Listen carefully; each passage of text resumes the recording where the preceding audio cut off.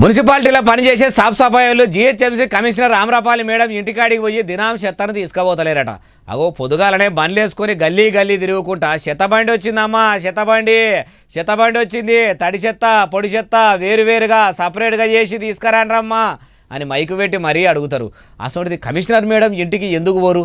ఇప్పుడు ఈ ముచ్చట ఎవరన్నారంటారా? మీరే చూడండి. చెత్త కలెక్ట్ చేసుకునే వాళ్ళు రోజు మీ ఇంటికి వచ్చి చెత్త కలెక్ట్ చేసుకోవాలి.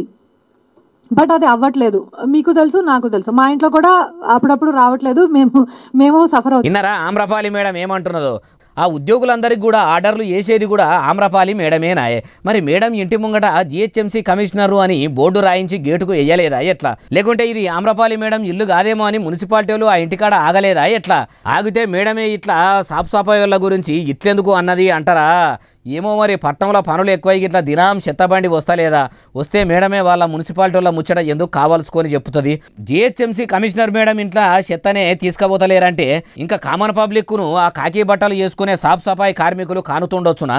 ఈడికే హైదరాబాద్లో ఒక్కనాడు చెత్త ఎత్తిపోయకపోతే రోడ్ల మీద చెత్త పోసినట్టు కాదు, చెత్త మీదనే రోడ్లు పోసినట్టు చాలా దగ్గరలో సడాకులు ఉంటాయి. కొన్ని గల్లీలనైతే చెత్త వాసనకు వశం కాదు. ఇంకో ముచ్చట ఏంటంటే సాఫ్ సఫాయి కార్మికులు ఇంటికి ఇంత ఇస్తేనే తీసుకుపోతామని ఓ కాను నడిపిస్తుర్రట. మరి మేడం కూడా అట్లా చెత్తకు పైసలు ఇవ్వకపోయే వరకల్లా తీసుకుపోలేదా?